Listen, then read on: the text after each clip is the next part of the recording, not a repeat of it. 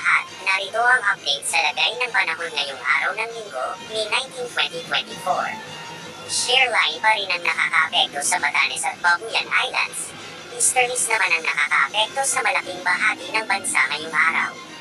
Samantala, maraming lugar naman ang nakararanas ng maulap na kalangitan na may kalat-kalat na pagulan lalo na sa bahagi ng Northern at Central Luzon.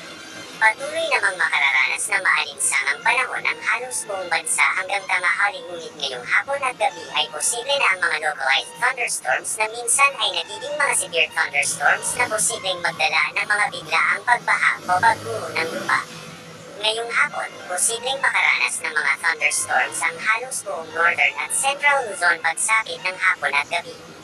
Mas pinakaapektado nito ang Cordillera Region, sa Apayao, Kalinga at Ifugao.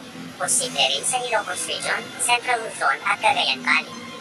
Pinag-iingat po ang lahat sa banta ng malalakas na buhos ng ulan at biglaang pagbaha. May mga inaasahan ding ulan sa may Calabarzon, Mimaropa at ilang bahagi ng Southern Luzon at Bicol Region. Ngayong araw, ayon sa rainfall forecast, ay nasa katamtaman hanggang sa mataas ang chance na magkaroon ng mga thunderstorms sa hapon lalo na sa gabi sa Metro Manila at mga kalapit na lalawigan kasama ang Cavite at Laguna. May kalat-kalat na pagulan na rin sa Visayas at Mindanao sa hapon at pagsapit naman ng gabi ay posibleng makaranas na ng mga thunderstorms sa mga lalawigan ng Antique, Aklan, Cavite, Negros Occidental, Bohol, Samar Provinces at ilang bahagi ng Cebu at Leyte Provinces.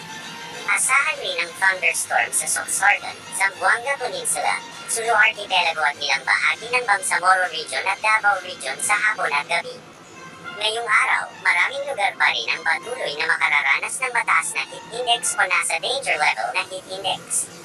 Posibleng pumalo sa 46 degrees Celsius sa Dagupan City, Pangasinan, 45 degrees Celsius sa Rojas City, Capiz at 44 degrees Celsius naman sa Batac City, Ilocos Norte, Sangay Point, Cavite, Tanawan, Batangas, Iloilo City, Dumangas, Iloilo, Catbalogan, Samar, Dipolog, Zamboanga del Norte at Zamboanga City.